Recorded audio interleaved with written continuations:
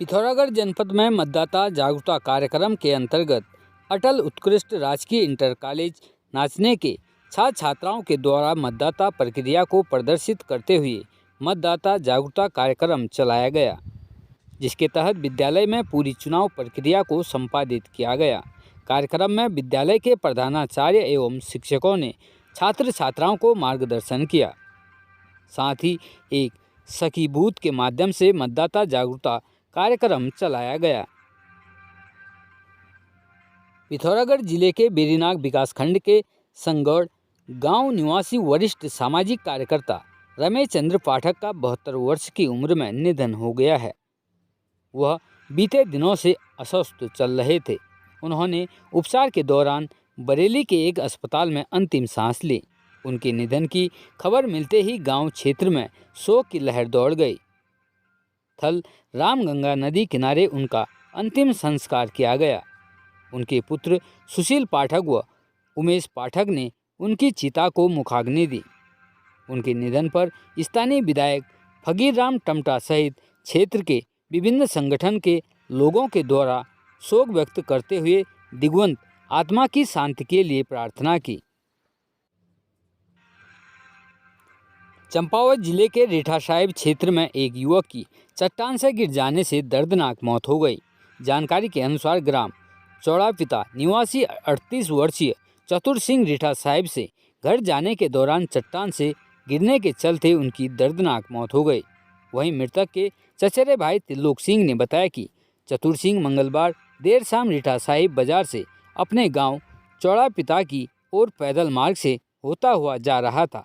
आशंका है कि पैदल मार्ग खराब होने के चलते पैर फिसलने से वह लगभग 80 मीटर नीचे बह रही गुल में जा गिरा, जिस कारण उसकी मौके पर ही दर्दनाक मौत हो गई।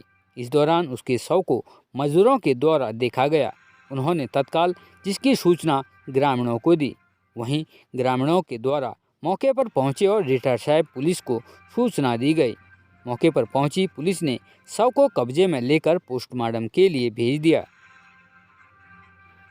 उत्तराखंड के रुड़की कोतवाली पहुंचे एसएसपी परमेंद्र सिंह डोभाल ने झबरेड़ा थाना क्षेत्र में हुई वृद्ध महिला की हत्या का खुलासा करते हुए कहा कि मृतका की बहू ने सास के द्वारा रोक टोक करने पर उसका गला घोंटकर हत्या कर दी थी। आपको बता दें कि 15 फरवरी को वृद्धा के शव मिलने पर पुलिस को शक होने पर जब उसका पोस्टमार्टम कराया गया तो मामले का खुलासा हुआ।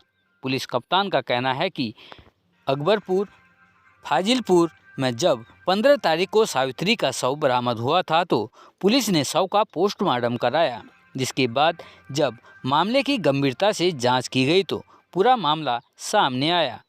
इस दौरान सावित्री की बहू लक्ष्मी से उसका मनमुटाव चल रहा था, जिसके चलते उसने अपने प्रेमी से नींद की दवाई लेकर उसे खिलाई और जब वह बेहोश हो गई तो उसकी गला दबाकर हत्या कर दी।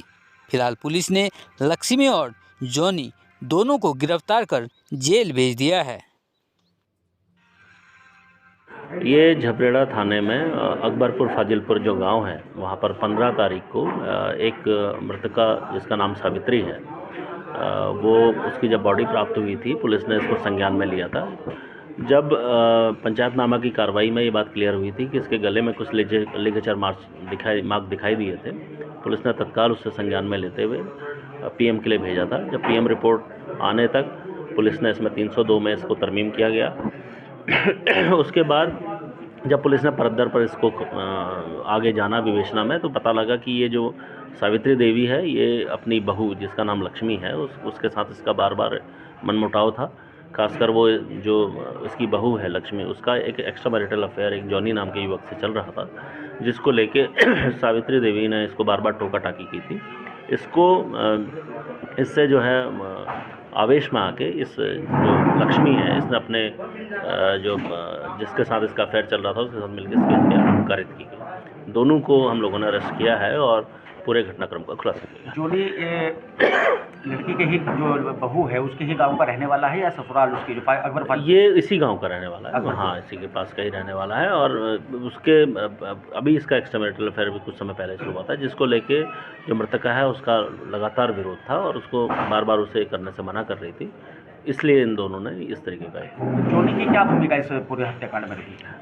जैसे अभी तक हमारी विवेचना में अभी संज्ञान में आया है, ये जो जॉनी है ये उसको जो दवाई लाके देने में और ख़ासकर उसको इंस्टिगेट करने में इसका योगदान रहा है। उसकी सारी जो चैट्स हैं वो हम लोगों ने विवेचना में भी लगाएंगे और आगे विवेचना में इसको भी शामिल किया जाएगा।